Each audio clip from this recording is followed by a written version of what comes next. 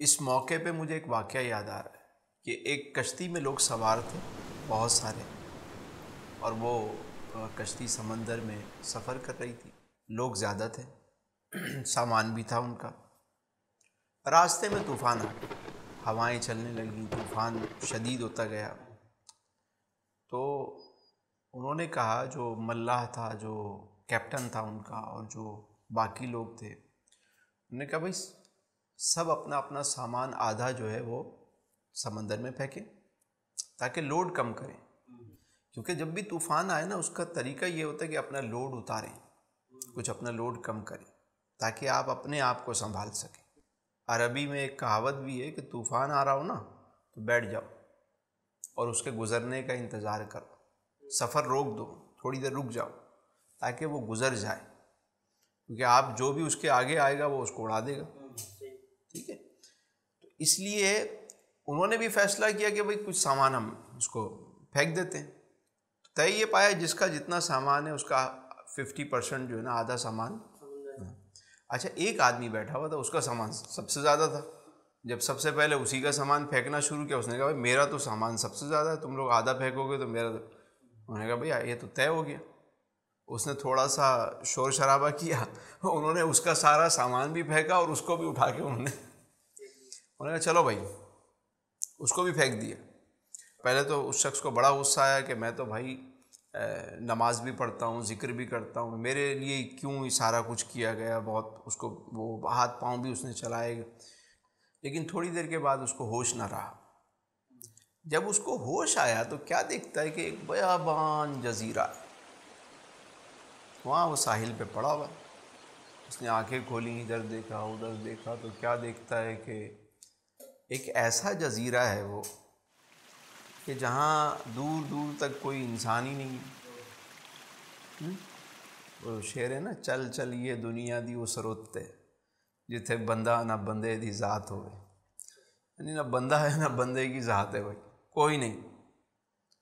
اب وہ بڑا پریشان ہوا کہ بھائی یہ کیا ہو گیا، مطلب اچانک ایسے جزیرے میں ایک شخص پہنچ جائے کہ جو انسانوں میں رہتا اور وہاں کوئی انسان ہی نہ ہو۔ تو خیر پہلے تو اس کو سمجھ نہیں آیا، لیکن جب اس نے یہ ایکسیپٹ کیا، اس کو یاد آیا کہ یار مجھے پھینکا گیا تھا، میرے ساتھ یہ واقعہ ہوا، تو کافی دیر تک تو وہ سر پکڑ کے بیٹھا رہا۔ آہستہ آہستہ اس نے اس کو قبول کر لیا۔ پیاس لگی تو اب سوچا پانی کہاں سے پیوں، تو ناریل کے درخت تھے، اس نے وہ توڑے، اس میں سے پانی پیا اس نے۔ پھر اس نے کہا کھاؤں کیا، تو جو پھل ول ملے اس کو اس نے کھا لیا۔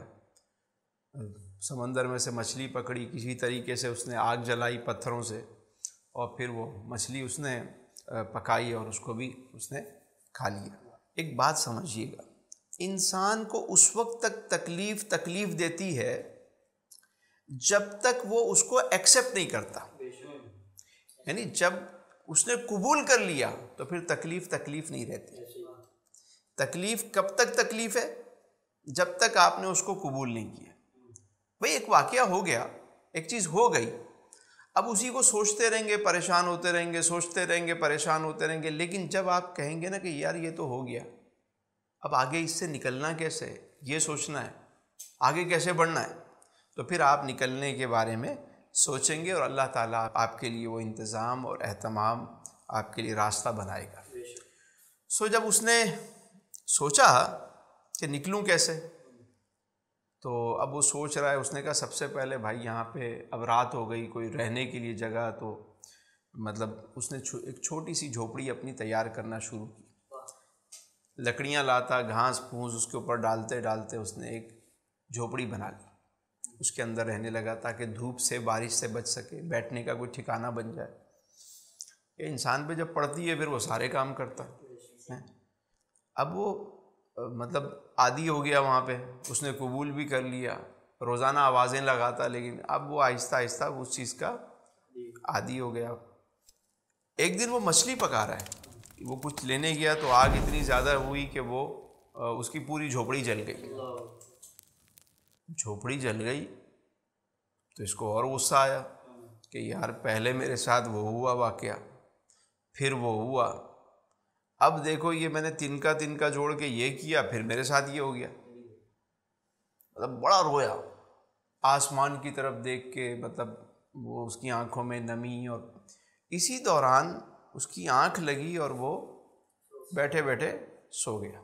آنکھ جیسے ہی کھلی تو لگا کہ کوئی آواز دے رہا ہے اس کو. اس نے آنکھ کھول کے دیکھا تو لوگ کھڑے ہوئے، سامنے کشتی کھڑی ہوئی ہے. وہ کہہ رہا ہے چلو بھائی آپ کو لینے آئے ہیں. اس کو سمجھ نہیں آیا میں خواب دیکھ رہا ہوں کہ چل بھائی. اچھا انہوں نے پکڑا اس کو کشتی میں بٹھایا اور لے کر چلے. تو اس نے پوچھا تمہیں کس نے بھیجا یہاں پہ؟ کہا ہمیں کس نے بھیجا، ہم تو روز یہاں سے آگے سے گزرتے ہیں تو ہمیں پتہ ہے کہ اس جزیرے پر کوئی انسان نہیں رہتا.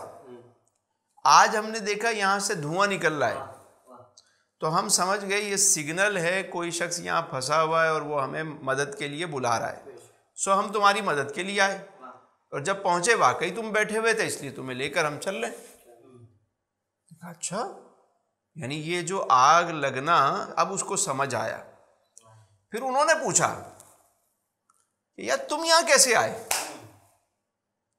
وہ کہنے لگا ہوا یہ کہ میں ایک جہاز نما بڑی کشتی پہ میں سفر کر رہا تھا اور سامان فلاں شہر سے لے کر فلاں شہر جا رہا تھا.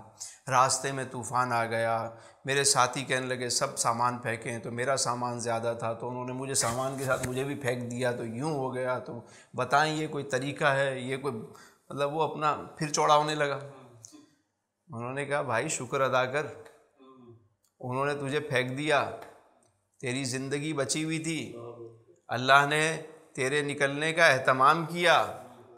تجھے پتہ ہے وہ جہاز آگے جا کے طوفان میں ایسا پھنسا کہ جتنے لوگ تھے سارے ہلاک ہو گئے، ایک بھی نہیں بچا ان میں سے. تو اللہ کے جو کام ہے اس پہ بڑی حکمت ہے. ہمیں نہیں پتہ ہوتا کہ لائف کے اندر یہ چیز کیوں آئی ہے. خالق کائنات ہے، وہ بہتر جانتا ہے. ہمارا کام ہے اس کو قبول کرنا. ٹھیک ہے. اور زندگی میں مشکلیں آتی ہیں، مشکلات ہیں، ابھی ایک آزمائش کا دور ہے، ہم اس سے گزر رہے ہیں. اس کے اندر کیا حکمتیں ہمیں نہیں پتہ، لیکن اس معاملے میں ہمیں خود اپنے آپ کو بھی سنبھالنا ہے اور اپنا فالتو سامان بھی تھوڑا اتارنا ہے. کسی کی مدد کر سکتے ہیں اس کی مدد کریں، اور اس آزمائش کی گھڑی میں اپنے ساتھ ساتھ دوسروں کو بھی اس مشکل سے نکالنے کا بندوبست کریں. ٹھیک ہے. آسانیاں پیدا کریں لوگوں کے لیے. یہ لمحے گزر جائیں گے، پھر ہمیں سمجھ میں آئے گا کہ یہ واقعہ کیوں ہوا، یہ حالات پیدا کیوں ہوئے. اللہ نے کوئی رات ایسی نہیں بنائی کہ جس کے بعد صبح نہ ہوتی ہو. ہر مشکل کے ساتھ آسانی بھی جڑی ہوئی ہے.